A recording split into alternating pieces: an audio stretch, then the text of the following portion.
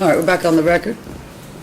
Judge, at this point, the Commonwealth is going to ask if get a continuance on this trial. The Commonwealth had prepared this whole time, and everything had been working up to try and put 3 defendants together. Now that the court has ruled that Mr. Craig is severed out, I would like time to see what the court's ruling is in writing. My question also is, and how this gets complicated again, is once the victim is on the stand again, will that again preclude him from making an in-court identification? Well, that's going to obviously be a subject of we're going to approach and discuss it before that even comes out. And Judge, I'd make a motion to challenge the identification before he actually took the stand and came in. It's been another year since the trial, and so they can go through all the immutable characteristics of my client, including his 5'1" stature, but his testimony and everyone else's testimony that he's 5'7" to 5'8". So I'd move to suppress his identification, and that might take care of that issue as we go forward. Yeah, we'll obviously have to have a hearing before we bring the jury in on that. Right. That's fine. And so I ask that my client not be present when Marcus takes the stand and tries to describe who that person was that night, which he didn't do very well at the first trial anyway. Well, anyway, let I don't Ms. think he Fox can- finish her motion. Judge, yeah, I just need to know, are you granting the Commonwealth's motion for continuance, or are you No, denying I'm it? not. I'm denying it. Judge, we would ask for today's ruling in writing, and we believe it's our intent to appeal that ruling, to take an interlocutory appeal, so we would additionally ask, I guess, for continuance on those grounds. That Mr. McLeod indicated earlier that he didn't have a problem if we wanted to appeal this, and it would be our intent, we believe, to appeal. We'd like to see the court's ruling in writing, of course, and we would need that in order to lodge the appeal, but we believe that we intend to do that. Well, Your Honor, on behalf of Austin Berry, we extremely object. We're ready for trial. These matters do not affect us. they don't.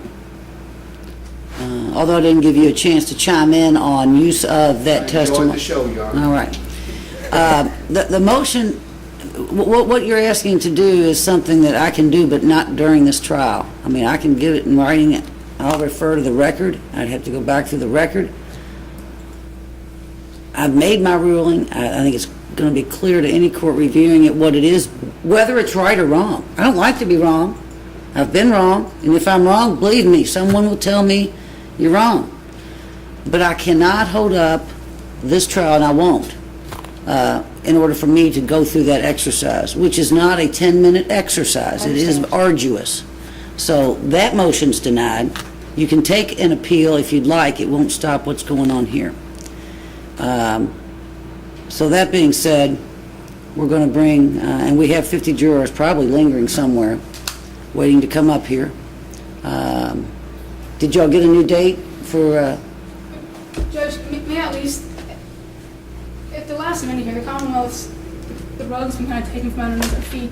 The whole way I'm approaching the trial is having changed now, and then within a second, asking us to regroup and go forward.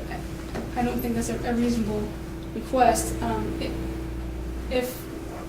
here's what I'll do. And I'm not trying to play hardball. I'm just trying to do what the court believes is equitable, and I have to try this case. So, I can give you, we can start in an hour, give you some time to do that. Probably a very good time to negotiate if you all feel that that's even an appropriate avenue. But I'm going to start today. Now, I'm sorry if that puts you all in a position, but your benefit is you've tried this before against one Barry. Now you're going to be trying it against 2 Barrys today. Judge, let me put the offer, the last offer at least, on the record. The Commonwealth had offered on Rob 1 10 years if Justin Barry took that, dismissed the case against Austin Barry, and I have not yet negotiated anything with Ms. Levering on behalf of Mr. Craig. And Mr. McLeod, that was rejected, correct? My understanding, our offer was a robbery second, and the term of years, I didn't know. But I thought Tracy and Crystal had negotiated as well. I made an offer. I don't know that the Commonwealth made me an offer. I made an offer to Okay. the Commonwealth. What was your offer, Tracy? Because we can take something in the Rob 2 range. Well, if y'all want to take a couple minutes to do that, I'll have the jury come at 11. I'll have them just sit and get themselves together and And Judge, just, go run some laps, I guess. I said if I could have a time that would. You may. would help. And I'm fine if you'd like me on motion hour Monday to get the trial. I don't have to do that right now if you. All right, if y'all want to do that, y'all can come to motion hour Monday.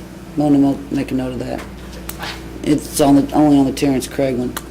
So if y'all want to do some negotiation, that's fine. 11 o'clock, we'll go right out, we'll get this jury in here.